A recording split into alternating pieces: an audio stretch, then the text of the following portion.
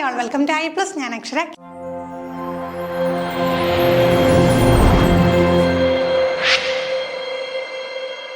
എക്സാമിനേഷനും CTET എക്സാമിനേഷനും common ആയിട്ടുള്ള psychology ക്വസ്റ്റ്യൻസും നമ്മൾ പല സെക്ഷൻസിലായിട്ട് ഡിസ്കസ് ചെയ്ത് വന്നതാണ്. തീർച്ചയായിട്ടും നിങ്ങൾക്കും പരീക്ഷയ്ക്ക് വളരെയധികം ഹെൽപ്ഫുൾ ആവുന്ന ഒരു സെക്ഷനാണ്. ഇത്തവണ നമ്മൾ 5 ചോദ്യങ്ങളാണ് കൊണ്ടുവന്നിട്ടുള്ളത്.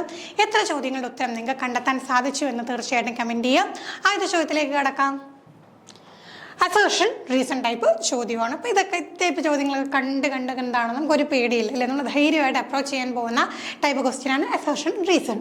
അസേർഷൻ എന്താണ്? Teacher should distance themselves from students and place primary responsibility for learning on them only. Reason: learning takes place effectively in an authoritative rather than a democratic environment. Teachers എപ്പോഴും എന്ത് ചെയ്യണം? പിള്ളേരുമായിട്ട് കുട്ടികളുമായിട്ട് ലേണേഴ്സുമായിട്ട് ഡിസ്റ്റൻസ് ഇട്ട് നിൽക്കണം. കാരണം എന്താണ്? അവരുടെ primary responsibility അവർ പഠിക്കാൻ വന്നതാണ്, അല്ല ടീച്ചേഴ്സുമായിട്ട് കൂട്ടുകൂടാൻ വന്നവരല്ല. അതാണ് അസേർഷൻ. റീസൺ നോക്കാം. Learning takes place effectively in an authoritative rather than A democratic environment. എപ്പോഴും ലേണിംഗ് എന്ന് പറയുന്നത് എന്താണ്? ഒരു അതോറിറ്റേറ്റീവ് എൻവയോൺമെൻറ്റിലാണ് നടക്കുന്നത്. അതോറിറ്റേറ്റീവ് എന്ന് പറയുമ്പോഴത്തേക്ക് എന്താണ്? ടീച്ചർ ഒരു അതോറിറ്റി ആയിട്ട് നിൽക്കണം, അല്ലാതെ ഡെമോക്രാറ്റിക് എൻവയോൺമെൻറ്റിലാണ്. ഡെമോക്രാറ്റിക് എന്ന് പറയുമ്പോഴത്തേക്ക് ലേണിംഗ് ഒരു എല്ലാവർക്കും ഈക്വലായിട്ട് ഇപ്പോൾ ടീച്ചറും ലേണേഴ്സും എല്ലാം കൂടെ ചേർന്നുള്ള ഒരു പ്രക്രിയയാണ് ടീച്ചിങ് ലേണിംഗ് എന്ന് പറയുന്ന ഒരു കാര്യമാണ്. അപ്പോൾ കേൾക്കുമ്പോൾ തന്നെ അറിയാമല്ലേ, നമുക്ക് കൂടുതൽ ചിന്തിക്കേണ്ട കാര്യമുണ്ടോ? അസേർഷനും റീസണും നോക്കിക്കഴിഞ്ഞാൽ രണ്ടും തെറ്റല്ലേ? അങ്ങനെ ടീച്ചേഴ്സ് കുട്ടികളെ എങ്ങനെ അകറ്റി നിർത്തണോ? നമുക്ക് എപ്പോഴും ടീച്ചേഴ്സിന് പറയുമ്പോഴത്തെ കുട്ടികളുമായിട്ടൊരു കണക്ഷൻ ഉണ്ടാകണം. എന്നാൽ മാത്രമല്ല അവർക്ക് അവരുടെ പ്രശ്നങ്ങളും ഒക്കെ എന്താണ് അവർ പലപ്പോഴും മറ്റാരോടും തുറന്ന് പറയാൻ പറ്റാത്ത സങ്കടങ്ങൾ പോലും ടീച്ചേഴ്സിനോടാണ് വന്ന് പറയാറുള്ളത്. അപ്പോൾ നോക്കിയ ഒരു കണക്ഷൻ ഉണ്ടെങ്കിൽ മാത്രമേ ടീച്ചിങ് ലേണിംഗ് പ്രോസസ്സ് ആ ഒരു ഇമോഷണൽ അറ്റാച്ച്മെൻറ്റ് ആവശ്യമാണ്. ഇപ്പം നമ്മൾ അതോറിറ്റേറ്റീവ് ഫിഗർ ആയിട്ട് കുട്ടികളുടെ മുഖത്ത് പോലും നോക്കില്ല, വരിക പഠിപ്പിക്കുക പോവുക. അവിടെ ഒരു ഇഫക്റ്റീവ് കമ്മ്യൂണിക്കേഷൻ പോലും നടക്കാത്ത സാഹചര്യത്തിൽ ടീച്ചിങ് ലേണിംഗ് പ്രോസസ്സ് ഫ്രൂട്ട്ഫുൾ ആണെന്ന് നമുക്ക് പറയാൻ പറ്റും? ഒരിക്കലുമില്ല. പിന്നെ നമ്മൾ പഠിച്ചു, നമ്മുടെ പുതിയ പഠന രീതി അനുസരിച്ച് ടീച്ചർ ഒരിക്കലും അതോറിറ്റേറ്റീവ് ഫിഗർ അല്ല, ഒരു ഡെമോക്രാറ്റിക് ലീഡറായിട്ടൊക്കെ ടീച്ചറിന് നിൽക്കുക അല്ലേ. അപ്പം എല്ലാവരും തുല്യമായിട്ട് നിൽക്കുന്ന ആ ഒരു ക്ലാസ് റൂം അന്തരീക്ഷത്തിൽ ജസ്റ്റ് ഒരു ലീഡറായിട്ട് ഒന്ന് അവരെ ഒന്ന് ഗൈഡ് ചെയ്യാനായിട്ടും സ്കഫോൾഡ് ചെയ്യാനും ഒന്ന് മെൻറ്റർ ചെയ്യാനും ഫെസിലിറ്റേറ്റ് ചെയ്യാനും കഴിയുന്ന ഒരു ലീഡർ, അല്ലാതെ അവരുടെ മേളിൽ കാര്യങ്ങൾ അടിച്ചേൽപ്പിക്കുന്ന അതോറിറ്റേറ്റീവ് ഓട്ടോക്രാറ്റിക് ഫിഗറായിട്ടൊന്നും ടീച്ചർ നിൽക്കാനായിട്ട് പാടില്ല. അപ്പം നമുക്ക് എന്താണ്? അസേർഷനും തെറ്റാണ്, റീസണും തെറ്റാണ്, കൂടുതലൊന്നും ചിന്തിക്കേണ്ടല്ലോ. അടുത്ത ചോദ്യം വീണ്ടും അസേർഷൻ റീസൺ ആണ്. Scaffolding provide by the teachers hinders the learning process of children. അതാണ് അസേർഷൻ. റീസൺ എന്താണ്? Vygotsky proposed that children learn independently by acting upon and manipulating the environment. അപ്പം നോക്കുകയും വൈഗോട്സ്കി പറഞ്ഞ ഒരു കാര്യമാണ്. വൈഗോട്സ്കി എന്ത് പറഞ്ഞു എന്നാണ്? കുട്ടികൾ തന്നെയാണ് പഠിക്കുന്നത്, ഇൻഡിപെൻഡൻ്റ് ആയിട്ടാണ്. കുട്ടി ഒന്നിനെയും ഡിപ്പെൻഡ് ചെയ്യുന്നില്ല. എൻവയോൺമെൻറ്റിനെ എന്താണ് മാനിപ്പുലേറ്റ് ചെയ്തുകൊണ്ടാണ് കുട്ടി പഠിക്കുന്നത് എന്നാണ് പറഞ്ഞത്. നമുക്ക് ഓപ്ഷൻസ് നോക്കാം. ഒബിയസ്ലി നമുക്കറിയാം ഈ ഒരു പാറ്റേണിലായിരിക്കും ഓപ്ഷൻസ് വരിക. അപ്പോൾ അവിടെ ആദ്യം തന്നെ നമുക്ക് എന്ത് മനസ്സിലാക്കി? ആദ്യം തന്നെ നമുക്ക് മനസ്സിലാക്കാൻ കഴിഞ്ഞ കാര്യമെന്ന് വെച്ച് കഴിഞ്ഞാൽ ഈ പറയുന്ന പോലെ കുട്ടികൾക്ക് ടീച്ചേഴ്സ് സ്കഫോൾഡിങ് കൊടുക്കുന്ന എന്തിനു വേണ്ടിയിട്ടാണ്? അവരുടെ ടീച്ചിങ് ലേണിംഗ് പ്രോസസ്സ് കുറച്ചുകൂടി ഇഫക്റ്റീവ് ആക്കാനാണ്. കുട്ടിക്കൊരു കാര്യം സ്വയം ചെയ്യാൻ കഴിയുന്നില്ല എന്നുള്ള അവസ്ഥ വരുമ്പോൾ ടീച്ചർ എന്ത് ചെയ്യുന്നു? അല്ലെങ്കിൽ ചെയ്തു കൊടുക്കുമല്ല, പകരം എന്താണ് ചെയ്യാനായിട്ടുള്ള കൈത്താങ്ങാണ്, ആ ഒരു സഹായമാണ് കൊടുക്കുന്നത്. അപ്പോൾ അതൊരിക്കലും എന്താണ് ആ ഒരു കുട്ടിയുടെ ലേണിംഗ് പ്രോസസ്സിന് നെഗറ്റീവായിട്ട് എഫക്റ്റ് ചെയ്യില്ല, അത് പോസിറ്റീവായിട്ടാണ് എഫക്റ്റ് ചെയ്യുന്നത്. പിന്നെ ഈ ചിൽഡ്രൻ ലേണിംഗ് ഇൻഡിപെൻഡൻ്റ്ലി, കുട്ടി ഇൻഡിപെൻഡൻ്റ് ആയിട്ടാണോ പഠിക്കുന്നത്? അല്ല. വൈഗോട്സ്കിയുടെ അഭിപ്രായത്തിൽ എന്താണ്? ആ ഒരു സോഷ്യോ കൾച്ചറൽ കോണ്ടെക്സ്റ്റിനൊക്കെ പ്രാധാന്യമുണ്ടല്ലോ, അവിടെ നിന്നുകൊണ്ട് സമൂഹവുമായി ഇടപഴകിക്കൊണ്ടാണ് കുട്ടി പഠിക്കുന്നത്. അപ്പോൾ തീർച്ചയായിട്ടും നമ്മുടെ അസേർഷനും റോങ് ആണ്, റീസണും റോങ് ആണ്. അപ്പോൾ both A and R are false എന്നാണ് ഇവിടെ ഉത്തരം വരിക. അടുത്ത ചോദ്യം which of the following correctly describe extrinsic motivation.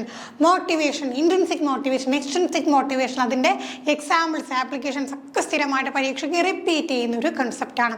Intrinsic motivation എന്ന് വെച്ചാൽ എന്താണ്? നമുക്ക് ഉള്ളിൽ നിന്ന് തോന്നുന്ന ഒരു ആന്തരികമായിട്ടുള്ള അഭിപ്രേരണയാണ്. എക്സ്ട്രിൻസിക് എന്ന് പറയുമ്പോൾ എന്താണ്? എക്സ്റ്റേണൽ ഫാക്ടേഴ്സിന് വേണ്ടിയിട്ട്, ബാഹ്യമായിട്ടുള്ള ഘടകങ്ങൾക്ക് വേണ്ടി ഉണ്ടാകുന്ന ബാഹ്യ അഭിപ്രേരണയാണ്. ഇവിടെ നമുക്ക് എക്സ്ട്രിൻസിക് മോട്ടിവേഷൻ്റെ ഒരു കറക്റ്റായിട്ടുള്ള ഡിസ്ക്രൈബ് ചെയ്യുന്ന എന്താണെന്ന് നോക്കാം. motivation that comes from environmental consequences, motivation that comes from sense of personal satisfaction, motivation that comes from personal enjoyment of the task, motivation that comes from internal factors. അപ്പോൾ നോക്കിക്കേ, extrinsic എന്ന് പറയുമ്പോൾ തന്നെ നമുക്ക് external ആയിട്ടുള്ള factor ആണെന്ന് മനസ്സിലാക്കാം. അപ്പോൾ നമുക്ക് ഏതൊക്കെ ഓപ്ഷൻ നമുക്ക് ഇവിടെ ചേരില്ല? ഈ പറഞ്ഞ ഇന്റേണൽ ഫാക്ടർ കൊണ്ട് ഒരിക്കലും അല്ല. പേഴ്സണൽ എന്ന് പറയുമ്പോൾ എപ്പോഴും അത് ഇന്റേണലുമായിട്ട് കണക്റ്റഡ് ആണ്. പിന്നെ നമുക്ക് ഏതാ വരിക? എക്സ്റ്റേണൽ കോൺസിക്വൻസ്, പുറമേയുള്ള ആ ഒരു കോൺസിക്വൻസസ് കൊണ്ട് ഉണ്ടാകുന്ന ആ ഒരു മോട്ടിവേഷൻ. നല്ല അമ്മയുടെ കയ്യിൽ നിന്ന് കിട്ടും, അതൊരു എക്സ്റ്റേണൽ ആയിട്ടുള്ള ഒരു ഫാക്ടറാണ്, എൻവയോൺമെന്റൽ ആയിട്ടുള്ള ഒരു കോൺസിക്വൻ്റ് ആണ്. അത് പേടിച്ചിട്ട് കുട്ടി പഠിക്കുവാണെങ്കിൽ അതെന്താണ്? അത് എക്സ്ട്രിൻസിക് ആണ്. എന്നാൽ ആ പഠനത്തിലൂടെ കുട്ടിക്ക് പേഴ്സണൽ സാറ്റിസ്ഫാക്ഷൻ ലഭിക്കുന്നു, പഠിക്കുന്നത് കുട്ടി എൻജോയ് ചെയ്യുന്നു, കുട്ടിയുടെ ഇന്റേണൽ ആയിട്ടുള്ള ചിന്തകൾ, ഇന്റേണൽ ഫാക്ടേഴ്സിൽ നിന്നാണ് കുട്ടിക്ക് പഠിക്കാനുള്ള ചിന്ത ഉണ്ടാകുന്നത്. അതൊക്കെ പറഞ്ഞു കഴിഞ്ഞാൽ എന്താണ്? തീർച്ചയായിട്ടും അത് ഇൻട്രിൻസിക് മോട്ടിവേഷൻ ആണ്. എക്സ്റ്റേണൽ കോൺസിക്വൻസ് കൊണ്ടുവരുവാണെങ്കിൽ അതെന്താണത്? എക്സ്ട്രിൻസിക് മോട്ടിവേഷൻ ആണ്. അടുത്ത ചോദ്യം, two important cognitive development milestones of the sensory and motor stage of Piaget's theory of cognitive development are. അപ്പോൾ നോക്കിക്കേ, നമുക്ക് പിയാഷയുടെ ആ സ്റ്റേജസ് പഠിക്കാനായിട്ടുണ്ട്. അപ്പോൾ ഓരോ സ്റ്റേജിൻ്റെയും പ്രാധാന്യം എന്താണെന്ന് മനസ്സിലാക്കണം അല്ലേ? അപ്പോൾ ഓരോ സ്റ്റേജിലും എന്താണ് പെക്യുലർ ആയിട്ടുള്ളത്? ഇവിടെ ഓപ്ഷൻസ് നോക്കാം. ഇവിടെ നിങ്ങൾ മനസ്സിലാക്കേണ്ടത് 2 കാര്യങ്ങളുണ്ടെങ്കിലേ നമുക്കൊരു കറക്റ്റ് ഉത്തരം കിട്ടുകയുള്ളൂ. നോക്കാം. Animism and transformation, classification and seriation, object permanence and deferred imitation, reversibility of thought and hypothetic deductive reasoning. പക്ഷേ നമുക്ക് പിയാഷയുടെ സ്റ്റേജ് ആയതുകൊണ്ടും ഒന്നാമത് സെൻസറി മോട്ടോർ സ്റ്റേജ് ആയതുകൊണ്ടും ഓപ്ഷൻസ് ഒക്കെ എലിമിനേറ്റ് ചെയ്തുകൂടെ? ആയത് നമുക്ക് ഏത് എലിമിനേറ്റ് ചെയ്യാം? Reversibility of thought and hypothetic deductive reasoning. 2 വയസ്സ് വരെയുള്ള കുഞ്ഞ്, ജന്മം മുതൽ 2 വയസ്സ് വരെയുള്ള കുഞ്ഞ് പോയിരുന്ന് തോട്ട് റിവേഴ്സിബിൾ ആയിട്ട് ചിന്തിക്കുന്നു, പിന്നെ ഹൈപ്പോതെറ്റിക് ഡിഡക്റ്റീവ് റീസണിങ് ഉണ്ടെന്നൊക്കെ പറഞ്ഞു കഴിഞ്ഞാൽ തീർച്ചയായിട്ടും അത് തെറ്റാണ്. പിന്നെ ക്ലാസിഫിക്കേഷൻ ആൻഡ് സീരിയേഷൻ, 2 വയസ്സിൽ താഴെയുള്ള കുഞ്ഞിനെ കൊണ്ട് അത് സാധിക്കും? ഒരിക്കലും സാധിക്കില്ല. പിന്നെ നമുക്കുള്ള 2 ഓപ്ഷൻസ് ആണ്. നോക്കിക്കും, animism and transformation, object permanence and deferred imitation. അപ്പോൾ അനിമിസവും ട്രാൻസ്ഫോർമേഷനും ഒക്കെ പിന്നീടാണ് വരുന്നത്. സെൻസറി മോട്ടോർ സ്റ്റേജിൽ എന്താ വരിക? Object permanence and deferred imitation. Object permanence, വസ്തുസ്ഥൈര്യം എന്ന് പറയും. ഒരു എൻറ്റൈറ്റി അത് കൺമുന്നിൽ ഇല്ലെങ്കിൽ പോലും അത് എക്സിസ്റ്റ് ചെയ്യുന്നു. നമുക്ക് പലപ്പോഴും ഡൗട്ടാണ്, 2 വയസ്സുള്ള കുട്ടിക്ക് അത് മനസ്സിലാകുമോ എന്നുള്ളത്. മനസ്സിലാകും. അതായത് അമ്മ എന്നുള്ള കൺസെപ്റ്റ്. അമ്മ കുഞ്ഞിൻ്റെ മുമ്പിൽ നിന്ന് മാറി നിന്നാലും അമ്മ ഇപ്പോൾ അടുത്ത മുറിയിലേക്ക് പോവുകയാണ്. അപ്പോൾ കുട്ടിക്ക് അറിയാം, അമ്മ എൻ്റെ കൺമുന്നിൽ ഇല്ലെങ്കിലും അമ്മ എന്ന് പറഞ്ഞ ഒരു സംഗതി ഉണ്ട്. അത് കുട്ടിക്ക് അറിയാൻ കഴിയും. എപ്പോഴാണ്? സെൻസറി മോട്ടോർ സ്റ്റേജിൽ. അതാണ് ഒബ്ജക്റ്റ് പെർമനൻസ് എന്ന് പറഞ്ഞ് സ്ഥിരം ചോദിക്കുന്നതാണ്. സ്ഥിരം റിപ്പീറ്റ് ചെയ്യുന്നൊരു കൺസെപ്റ്റാണ്. ദെൻ ഡിഫേർഡ് ഇമിറ്റേഷൻ വെച്ചാൽ വളരെ എന്താണ് ഡിഫേർഡ് ആയിട്ടുള്ള ഇമിറ്റേഷൻ, ചില അനുകരണങ്ങൾ, അതിൻ്റെ കാര്യങ്ങൾ, അതൊക്കെ സെൻസറി മോട്ടോർ സ്റ്റേജിൽ കുട്ടികൾ കാണിക്കും. അപ്പോൾ അതാണ് ആൻസർ വരിക. ലാസ്റ്റ് ക്വസ്റ്റ്യൻ ഇതാണ്, ചിൽഡ്രൻ. ഒരൊറ്റ സംഗതിയിലുള്ള കുട്ടികൾ അവർ എങ്ങനെയാണെന്നാണ് ചോദ്യം. ഓപ്ഷൻസ് നോക്കാം.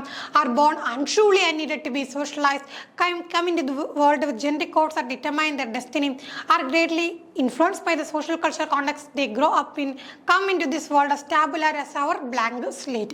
അപ്പോൾ നോക്കിക്കുകയും ഇവിടെ നിന്നൊക്കെ 4 ഓപ്ഷൻസ് നമ്മൾ പഠിച്ച തിയറീസിൻ്റെ ആ ഒരു കൺസെപ്റ്റുകൾ വെച്ചിട്ടാണ്. ഒന്നാമത്തെ നോക്കാം, are born unruly and need to be socialised. അവർക്ക് ഒരു റൂളും ഇല്ലാതെ വെച്ചാൽ അവർ സോഷ്യലൈസ് ചെയ്യണം. ഓക്കെ, അത് നിൽക്കട്ടെ, ഓപ്ഷൻ നമ്മൾ കൂടുതൽ ചിന്തിക്കണം, ഒന്ന് നമുക്ക് വെക്കാം. അടുത്ത നോക്കിയേ, come in to this world genetic codes are determine their destiny. അവരുടെ ഡെസ്റ്റിനി, അവർ എവിടെ എത്തിച്ചേരുന്നു എന്ന് തീരുമാനിക്കുന്ന അവരുടെ ജെനറ്റിക് കോഡാണ്. അങ്ങനെയൊക്കെ ഉണ്ടാവും. അടുത്ത ഓപ്ഷൻ നോക്കാം, greatly influenced by the social cultural context they grow up in. അവർ ഏത് സാമൂഹിക സാംസ്കാരിക ബാക്ക്ഗ്രൗണ്ടിൽ നിന്നാണോ വരുന്നത് അത് അവരെ ഇൻഫ്ലുവൻസ് ചെയ്യും. 4ാമത്തെ option, came in to this world tabula rasa or blank slate. Behaviourism പഠിച്ചപ്പോൾ നമ്മൾ പറഞ്ഞതാണ്, കുട്ടിയുടെ മനസ്സൊരു ഒഴിഞ്ഞ സ്ലേറ്റ് പോലെയാണ്. അതിലെന്താണ് നമ്മൾ ആവശ്യമുള്ളവ എഴുതി ചേർക്കുന്നു. അത് ബിഹേവിയറിസമായിട്ട് ബന്ധപ്പെട്ട്. ഇതൊക്കെ നമ്മുടെ ഇപ്പോഴത്തെ പുതിയ തിയറിയിലുണ്ടോ? പുതിയ തിയറി വെച്ച് നമ്മൾ നോക്കിക്കഴിഞ്ഞാൽ എന്താണ് നമ്മുടെ പുതിയ തിയറി? സോഷ്യൽ കൺസ്ട്രക്റ്റിവിസം, സാമൂഹ്യ ജ്ഞാനനിർമ്മിതിവാദം. എവിടെയാണ് പ്രാധാന്യം? കുട്ടി ജീവിക്കുന്ന, കുട്ടി ജനിച്ചു വളരുന്ന സാമൂഹികമായിട്ടുള്ള സാംസ്കാരികമായിട്ടുള്ള ആ ഒരു ബാക്ക്ഗ്രൗണ്ടിനാണ് പ്രാധാന്യം. അതാണ് കുട്ടിയെ കൂടുതലായിട്ട് ഇൻഫ്ലുവൻസ് ചെയ്യുന്നത്. അപ്പോൾ ഈ ചോദ്യം കാണുമ്പോഴത്തേക്ക് എന്തുകൊണ്ട് 1ഉം 2ഉം ഓപ്ഷൻ വന്നില്ല എന്നുള്ള കാര്യം നോക്കിക്കഴിഞ്ഞാൽ ഇത്രയേ ഉള്ളൂ. നമ്മളിപ്പോൾ എന്ത് പഠന രീതിയാണ്? സോഷ്യൽ കൺസ്ട്രക്റ്റിവിസം ആണ് ഫോളോ ചെയ്യുന്നത്. അപ്പോൾ അതനുസരിച്ച് കുട്ടി എങ്ങനെയെന്ന് കണ്ടെത്തേണ്ടതാണ് നമ്മുടെ ആവശ്യം. അപ്പോൾ ഒരുപാട് ഡീറ്റെയിൽ ആയിട്ട് കാര്യങ്ങൾ പറഞ്ഞില്ലെങ്കിൽ പോലും ചിൽഡ്രൻ എന്ന് മാത്രം കൊടുത്താലും അതവിടെ അണ്ടർസ്റ്റുഡ് ആയിരിക്കണം. ഓക്കെ, അപ്പോൾ ഇത്തരത്തിലുള്ള ചോദ്യങ്ങൾ ചെയ്ത് പഠിച്ചാൽ മാത്രമേ നമുക്ക് ആ ഒരു പാറ്റേൺ മനസ്സിലാവുകയുള്ളൂ. അപ്പോൾ നല്ല രീതിയിൽ ക്വസ്റ്റ്യൻസ് ഒക്കെ വർക്കൗട്ട് ചെയ്ത് പഠിക്കേണ്ടത് വളരെ ഇമ്പോർട്ടൻ്റ് ആണ്. തീർച്ചയായിട്ടും ഈ സെക്ഷൻസ് നിങ്ങളെ ഹെൽപ്പ് ചെയ്തിട്ടുണ്ടാകും. അങ്ങനെ നിങ്ങൾക്ക് ഹെൽപ്പ് കിട്ടിയിട്ടുണ്ടെങ്കിൽ നിങ്ങൾ കമൻറ്റ് ചെയ്യാനായിട്ട് മറക്കരുത്. മറ്റൊരു സെക്ഷനുമായി നമുക്ക് വീണ്ടും കാണാം. Thank you. താങ്ക്